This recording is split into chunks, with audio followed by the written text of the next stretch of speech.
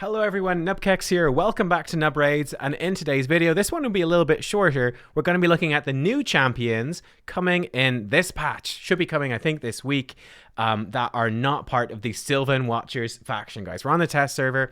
I will have uploaded an entire video dedicated to the 11 new champions from the Sylvan Watchers. Make sure to go check that out to see my reaction. But let's go in and let's check out the other new champions that are in here as well, because that's right, 11 new champions in a single patch. It's not enough. We need more. So who do we have here? Okay, so looks like it's just an epic in here. Lady Annabelle for the Lady Boobybell. So she has, well, two things that are really standing out, which are those terrifying claws, obviously. My God, what's wrong with you people? Unbelievable. Lady Annabelle for the Bannerlords, support-based champion, plenty of HP, solid base speed, and two big resist and accuracy stats, I guess? I don't know. Covetous Nails, or A1, attacks one enemy 2 times. Each hit heals this champion 3% max HP. Okay, fine. A2, Captivator, 3-turn cooldown when booked, attacks all enemies, has a 75 bucks to 100% chance of placing Leech for 2 turns, also 100% chance when booked of placing decreased speed for 2 turns on targets with less than 50% turn meter. So it's unlikely to hit hard. Based on attack, she's got 881 base attack. I don't know. So AoE Leech, the decreased speed. I feel like if this was AoE Leech and AoE decreased speed together, I'd be excited about it. This sort of, the requirement here, the contextual thing, is a bit weak. Let's check out her A3, Sanguine Exchange. 6 turn books to a 4-turn cooldown. Swaps HP with a target ally. If this champion's HP is equal to or higher than the target's after the swap, places Revive on Death on the target ally for 2 turns. If their HP is lower than the target's after the swap, places Revive on Death on this champion for 2 turns. Also puts 30% increased speed buff on all allies for 2 turns. Interesting. So it's a twist on Mother Cybele. Okay, so I imagine that she's quite tanky, that you would want her to be lower, most likely. What's this? The Red Lady heals this champion by 50% of their max HP whenever an ally or an enemy dies. So she's going to heal herself a lot. So she will be very high HP. She'll swap. So she's likely to be high HP, especially if she's healing herself here. Lots of defensive stats. She stays healthy. She swaps HP with one of your squishy champions. Makes them safe. She's squishy but Revive on Death. Increased speed. I don't know. Seems kind of mixed.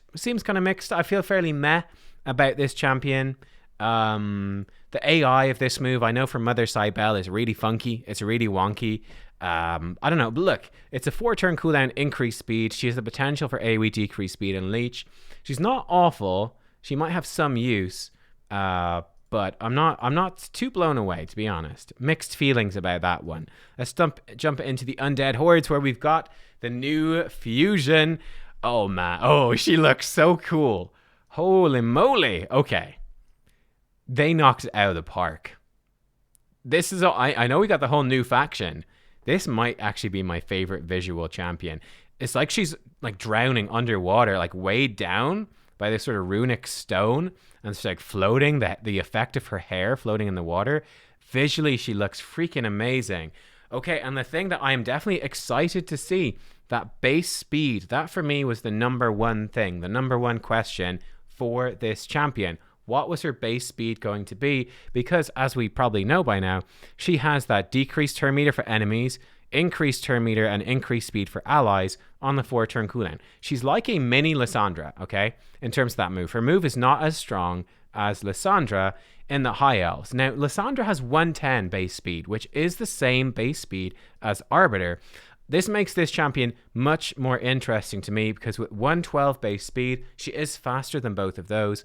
So certainly for an early to mid-game player where these double speed teams are very standard, you know, Lysandra style teams do fall off quite a bit more later in the game, but she becomes a pretty damn good option to be your speed booster. She has the potential, depending on like what sort of banners you have for these factions, to be super, super fast. And that's going to be very good for faction wars as well, being that fast. Good speed control. Then she has buff steal from one enemy. Definitely a bummer there. Then AoE True Fear and decrease accuracy for bosses. So relatively underwhelming move in a sense. Look, AoE True Fear and a 3-turn cooldown, it's a decent control move. It's going to be useful for Doom Tower waves. It's going to be useful for a few things. I think the single target buff steal is a bit underwhelming, and at least she does do the decreased accuracy against bosses because True Fear wouldn't work, so it's okay. Then she's got the decreased speed on a single enemy, 70% chance A1. Again, it's okay. And then the heal reduction on the enemy with the lowest HP. Speed in all battles, aura 19%. I would have liked for this to be 24%. That would have been really fun to make her, again, even a better comparison to Lissandra in that sense. Interesting. She's an interesting champ. I'm happy to see her base stats. That is exciting to me. I do think for most players, she's going to be quite useful for Dark Fae. I know that the Dark Fae boss on the third rotation of Doom Tower is a pain for a lot of players. I think she's going to be very good for that. She comes in, speed boosts your team, gets you ahead. She has the option then to, start to True Fear the enemy team, right? When they copy your team, she also has that as an option. True Fear them. Decrease accuracy in the Dark Fae, kind of good. Decrease speed for the Dark Fae boss is good. And the Dark Fae, depending on the affinities you bring in, she can heal herself, which is annoying. She's going to stop that heal going out. So I do think that for Dark Fae, this champion definitely stands out for that area of the game. I think for early mid-game players, actually a very good champion, bringing you a very good arena champion. These two moves are great for arena. They are actually very, very good for arena. AoE True Fear and then the turn meter manipulation. For a late game player, don't know how exciting she's going to be. Like if you already got Dark Fae on farm, if you got a Lissandra, is she exciting? I don't know. So, and double speed sort of falls off, but there you go. Looks like there's nothing new in this faction. Interesting though. That's definitely interesting. Oh my God. Yeah, okay. And then the last new champion we've got. Oh, what is this? Oh my God. Ghost Rider, apparently. Michiniki. I don't know how to say that properly. I'm sorry. This guy looks so stupid. Oh my God. He's got, it looks like it's almost like a Genbo skull. Not quite. Almost he's got a Genbo skull wrapped in a chain, or Genbo head in a chain. He's going to hit people with that, I guess. Looks ridiculous. He's got a sword. He's got a katana. He's like, screw that. Who thought swords are practical weapons? How about a head? I just hit them with a head instead. How about that? Let's take a look at this guy. Defense based. He's got, again, solid stats, I would say. Burning Bonds attacks one enemy. 60% chance of HP burn. All right. Dire Whirl, 3-turn cooldown, attacks all enemies. 100% chance of putting decreased defense. Oh, another decreased defense champ for Shadowkin. That is cool. Would love to see that on an epic champion though, please, Blarium.